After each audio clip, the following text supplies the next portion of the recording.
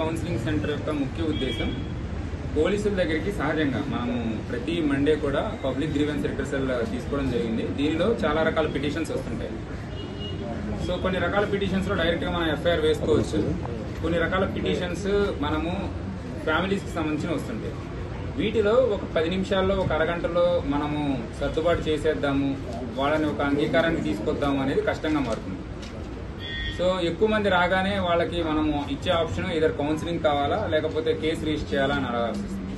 So వాళ్ళు ఆ టైంలో తీసుకునే పొరపాటు నిర్ణయాల వల్ల ఒక కేసు కనుక రిజిస్టర్ చేస్తే, సపోజ్ ఒక లేడీ వచ్చి వాళ్ళ భర్త మీద అత్త మీద కంప్లైంట్ ఇచ్చారు, మనం కేసు రిజిస్టర్ చేసిన తర్వాత ఫ్యూచర్లో వాళ్ళు కాంప్రమైజ్ అవ్వడానికి స్కోప్ తగ్గిపోతుంది. ఎందుకంటే ఒక క్రిమినల్ కేసు రిజిస్టర్ చేసిన తర్వాత ఇటువంటి స్కోప్ అనేది చాలా చాలా తగ్గిపోతుంది.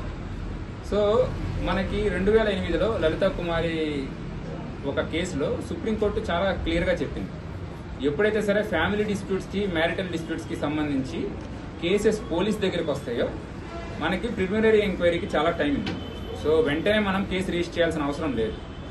ఎక్సెప్ట్ వాళ్ళు బాగా గ్రేవ్ ఇంజురీస్ ఏమన్నా ఉన్నా లేకపోతే బాగా విపరీతంగా టార్చర్ చేస్తున్నారని హాస్పిటల్ అడ్మిట్ అయ్యి అట్లా ఉంటే తప్పితే, రెగ్యులర్గా ఏదన్నా ఫిజికల్ లేకుండా మెంటల్ హరాస్మెంట్ ఏదైనా ఉంది అన్నప్పుడు మనం కౌన్సిలింగ్ చేయడానికి స్కోప్ ఉంటుంది.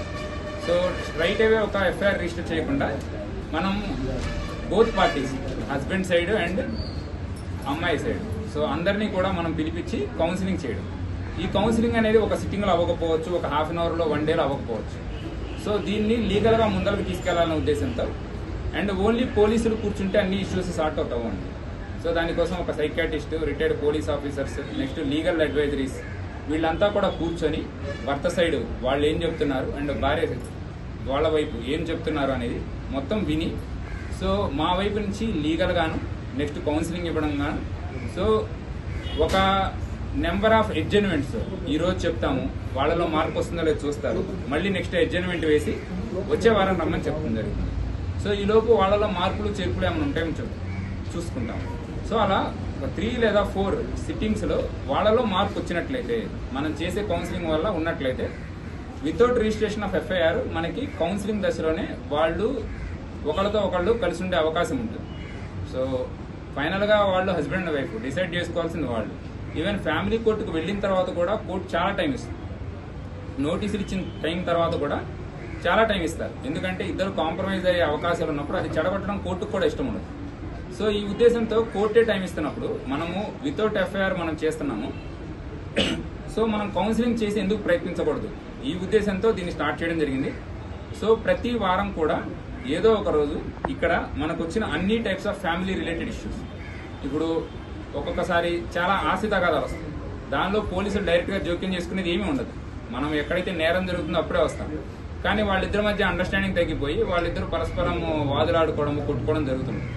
సో ఇలాంటి ఇష్యూస్ ఉన్నా, లేదా హస్బెండ్ అండ్ వైఫ్కి సంబంధించి ఉన్నా, అత్తయ్య మామయ్య ఇట్లాంటి వాళ్ళకి సంబంధించి ఉన్నా, లేదా ఫ్యామిలీస్ కి మధ్య డిస్ప్యూట్ ఉన్నా కూడా వీటన్నిటిని కూడా మన కౌన్సిలింగ్ సెంటర్లో కౌన్సిలింగ్ చేయడం జరుగుతుంది. రెండు వైపులా వాళ్ళు ఏం చెప్తారో మొత్తం విని దాని తర్వాత వాళ్ళకి కౌన్సిలింగ్ చేయడం జరుగుతుంది. అల్టిమేట్ గా వాళ్ళు ఒక కాంప్రమైజ్ కి రారు, అండ్ అందులో ఏదైనా కాగ్నిజబుల్ అఫెన్స్ ఉందంటే ఫైనల్ గా మనం ఎఫ్ఐఆర్ వేసుకుని ఫర్దర్ గా కేసు ఇన్వెస్టిగేషన్ జరుగుతుంది. అదర్వైజ్ నెంబర్ ఆఫ్ కేసెస్ మనము వితౌట్ ఎఫ్ఐఆర్ కూడా కాంప్రమైజ్ చేయొచ్చు. సో దాన్ని చేయాలనే ఉద్దేశంతో దీన్ని మొదలు పెట్టాము. సో దీనికి అందరికి కూడా మీరు అందరికీ దీని గురించి అవేర్నెస్ కలిగించి ఫ్యామిలీ కౌన్సిలింగ్ సెంటర్ కి అటెండ్ అయ్యేలా చూసుకుంటే, సో ఇక్కడున్న మన ఎవరైతే మెంబర్స్ ఉన్నారో వీళ్ళంతా కూడా రెగ్యులర్ గా కౌన్సిలింగ్ చేయడానికి ముందరకు వచ్చి వాళ్ళందరికీ కౌన్సిలింగ్ చేయడం జరుగుతుంది.